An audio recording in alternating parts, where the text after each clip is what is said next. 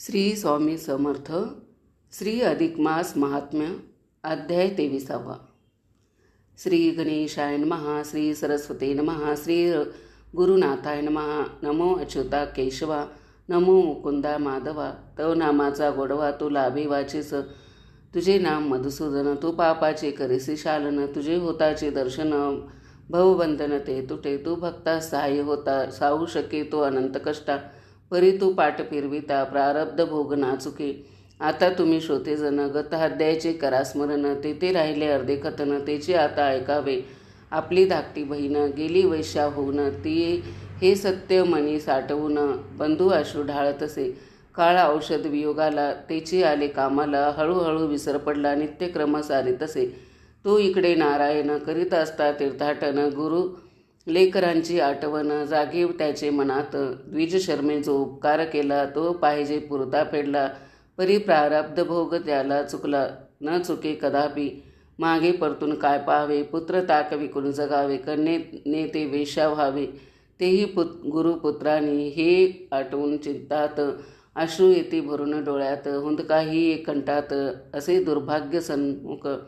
म्हणून मनाते आवरी अनिक तीर्था यात्रा करी. दृष्टी आड सृष्टी बरी ऐसा करी विचार. ऐसे सरले वर्ष बारा चैन पडेना मनात न थारा. म्हणून परतुनी गुरुघरा आला असे नारायण. हाक घातली दारास. विप्रपुत्र नोळखे त्यास. नाव खुणा वदता त्यास. गळा पडून तोरडे. जवळ घेऊन विप्रपुत्रासी समजाविले बहुतयासी. हा प्रारब्ध भोग यास कुणी न चुकला प्राणी रे. तो म्हणे मी पापी करंटा. नाही मजला माता पिता. एक बहीण होती ती आता वेश्या होऊन जाई दूर. ऐसा समाचार ऐकला नारायण मनी कालावला. सटवायचा शब्द झाला खरा एक पाहुनी. तो म्हणे विप्रपुत्रास हा प्रारब्ध खेळ खास. टाळावे कोणी रे यास. हे तो ब्रह्मलिखित. इतकी होती विचारपूस. विप्रपुत्र लागे तयारीस. काय द्यावे भोजनास घरी विचार मानसी. ती अवस्था नारायणाने जाणली सर्व तयाने. तो म्हणे मी खाऊन भोजन आलो आहे आत्ताच आत्ता. तव विप्रपुत्र म्हणे देवा थोडी तरी द्यावी सेवा. दूध फळे थोडी सेवा. तेने मन तुषेल उचित न वाटे नारायणा. दुखविणे तयाचे मनस. म्हणून स्वीकारी फळांना करी दुग्ध प्राशन. मग विचारी नारायण कैसे चालते उदरभरण. काय केलंसे साठवण सांग धन पुण्याचे. तव तो सांगू लागला एक धेनू आहे घराला. मी ताकाचा बाजार केला. चरित्रार्थ कारणे पुण्य म्हणशील तर गोसेवा. धनसंचय तो कसा घडावा. ना शेती ना व्यवसाय बरवा. तूच आता सांग रे गाठीस नाही थोडेसे धन. मी एक दुर्दैवी ब्राह्मण. नाही पुण्य नाही रे धन. सांगे आता काय करू. तो त्यासी म्हणे नारायण आता तू एकी माझे वचन. येईल आता मलमास छान. महापुण्यकारक ए मासे करिता गोदान. पुण्य लाभे ते महान. ते तू घ्यावेसे जोडून. गाठी आपुल्या निश्चये. उदयी करावे प्रातस्नान. मग करी ईश्वरपूजन. अलंकार धेनूपूजन. मग अर्पिती ब्राह्मणा. जितके केस धेनू अंगास तितके वर्ष ब्रह्मलोकवास. मिळतील त्या पुण्यवास वानास. जो का करी गोदान. जरी हे असे तुझे मानसी तरी आचरी ये व्रतासी. स्नान पूजन गोदानासी सहश्रद्धेने करावे. जरी तू हे तुके करीसी तरी अक्षयी सुखी होसी. विश्वास ठेवून मजवचनासी. एवढे सत्कर्म करावे. नारायणाचे ऐकून वचन विप्रपुत्राचे द्रवले मन. तो म्हणे हा सद्गुरू होऊन आला वाटे उद्धारा. तरी आता हाची उपदेश लावून घ्यावा मनास. करून या गोदानास पुण्य बांधू पदरात. तव त्याचे ते एक मन. काय म्हणे तया लागून.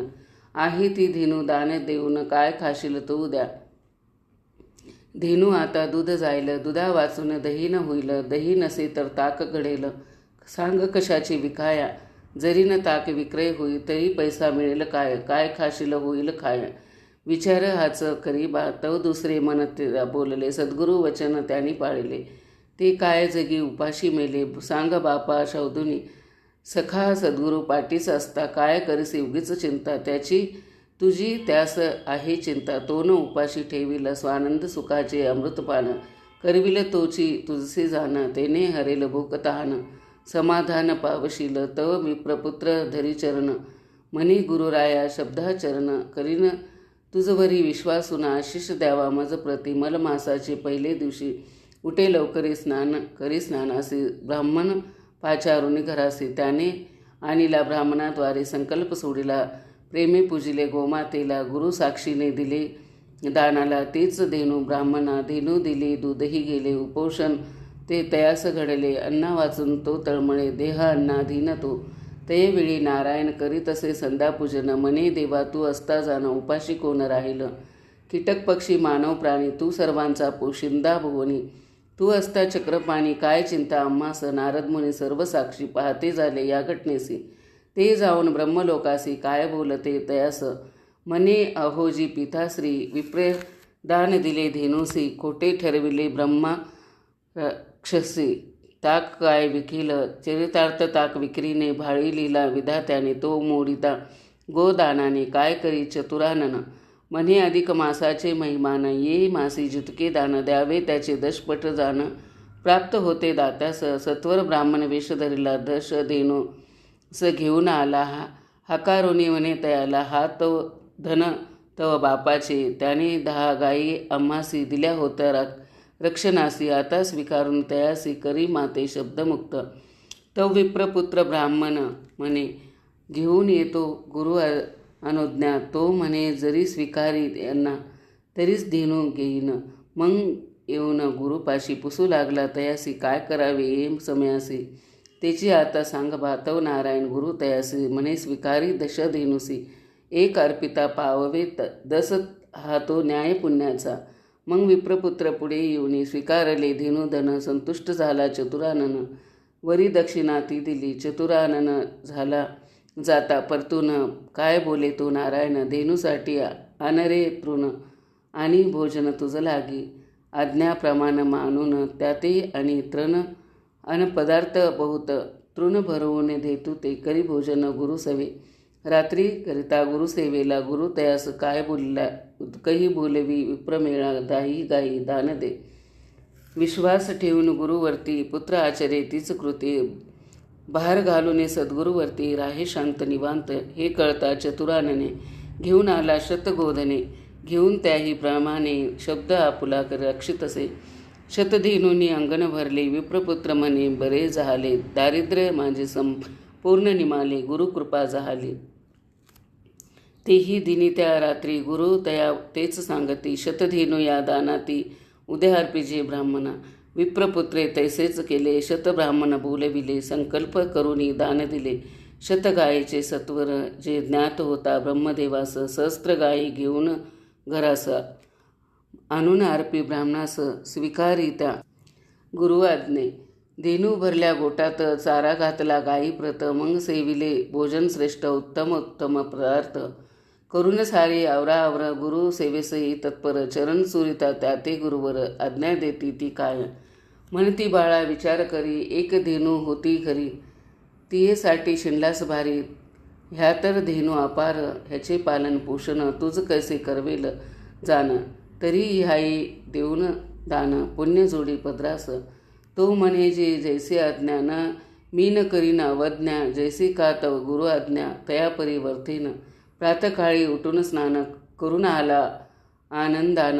मग अनेक विप्र बोलवून करिता झाला गोदान. गावीचे विप्र म्हणती मनात, एक दिनाचे अन्न नाही घरात. तरी हा अर्पितो दानात, इतक्या गायी कोटून. असो तरी काय आपल्याला, गाय मिळते ना दानाला. वरी दान दक्षिणा लाभ भला, त्याचे त्यास लखलाभ. विप्रपुत्रे धेनू वाटेला, परी अन्न नाही पोटाला. उपोषण तो घडे त्याला, अधिक मासातील ते. तो विचार करी मनात, धेनू प्राप्त मज होतात. परी गुरु का आज्ञा देत, पुनर्दानार्थ तयाच्या. असेल काही विधी लिखत, सद्गुरु त्याते असेल पुसत. आपण राहून स्वस्थ चित्त, केवळ आज्ञा पाळावी. ऐसा निश्चय करून मानसी, स्वस्थ बसे तो घरासी. ते पाहून ब्रह्मलोकासी आले मुनी नारद. नमन करून चतुरानन, सांगते झाले वर्तमान. आपण दिदल्या गोधना, त्याने सर्व लुटविले. एक 10 शतसहस्र अर्पिधेनु विप्राप्रत पुण्य जोडी तो अद्भुत हा अधिक मासाची. जरी हा ऐसेच वर्तले ब्रह्मवाक्य फौल ठरेल. ताक विकून ना जगेल करा काही उपाय. तव ब्रह्मा म्हणतसे मानसी कोण सहाय्य करी असी. स्वतः राहून उपवासी कैसे गोदन दे दान. कोण याचा पाठीराका पुसू पाहतो भाग्यरेखा. सन्मार्गी हा लावितो निका. कोण सद्गुरू भेटला आता वाटेत एकची उचित. त्या अनु ब्रह्मलोकात विधी लिखित राहिले शाबूत. झाकले मोठ मोलाची मग दुतासी पाचारून मने सत्वर द्यावे विमान. विप्रपुत्र तो यावा घेऊन सन्मानुनी आताचे. सज्ज केले हंस विमान. दूत निमाले ते घेऊन आनावया विप्रनंदन. अंगणी त्याच्या पातले विप्रपुत्र सद्गुरू सन्निध. बसला होता स्वस्थ चित्त तो विमान आले औचित. तयाचे ते अंगणी दूत ब्रह्माचे पुढे येऊनी करीती उभया अभिवादन. म्हणती ब्रह्मनंदना लागून आलो विमान घेऊन. विप्रपुत्रे बहुगोदान केले मलमास साधून. त्या पुण्य संचय जाण आमंत्रिले चतुरानने. तरी आता सत्वर उठावे विमानी ह्या बसावे. आणि ब्रह्मलोकी चलावे चिरंतर निवासा. ती ऐकता दूतवाणी चटकन डोळा आले पाणी. तो म्हणे ही सद्गुरु करणी. प्रसाद गुरुचरणाचा धावून धरले श्रीचरणा. गुरुचरण मने केले मला पावन. तू पाठीराखा होऊन जन्म मरण निवारिले. म्हणून ऐसे वारंवार धरी पडे चरणावर. करीत असे नमस्कार नारायण सद्गुरु ते. तेव्हा नारायण काय हरी हात ठेवला माथ्यावरी. सनात करून त्या सत्वरी बैसविले विमानी. गोधान पुण्यास भद्रास लाभे गेले. पापलयासी घेऊन विप्रपुत्रास विमान गेले निघोनी. ऐसा हा गोदान पुण्य प्रभाव. ध्यानी धरा याचा आठव. आणि पदरी पुण्य ठेव बांधून या घेईजे. अधिक मासी अधिक पुण्य लाभे करता गोदान. शक्य नसेल गोदान गोपूजन तरी करा. सद्गुरु कृपेचा सागर तो वर्षेज यावर. ह्याचा होय उद्धार क्षणमात्रे सहज.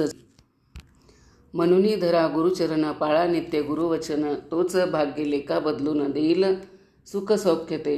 येते जेते सत्कर्म करावे त्याचे फलित जणी पावावे. एका भगवंतास शरण जावे आत्मोद्धारा कारणे. हे जाणून घ्या चित्तात सारा सारे उत्तम व्रत. करुण्या हाया मलमासात निजभाग्य उजळावो. इति श्री अधिक मास ग्रंथ पद्मपुराणीचा समंत गोविंदतनय विरचित 23 अध्याय गोडा 23वा अध्याय गोडा. इति श्री अधिक मास महात्म्ये 23वा अध्याय समाप्त. श्री स्वामी समर्थ. ओम नमो भगवते वासुदेवाय पुरुषोत्तमाय.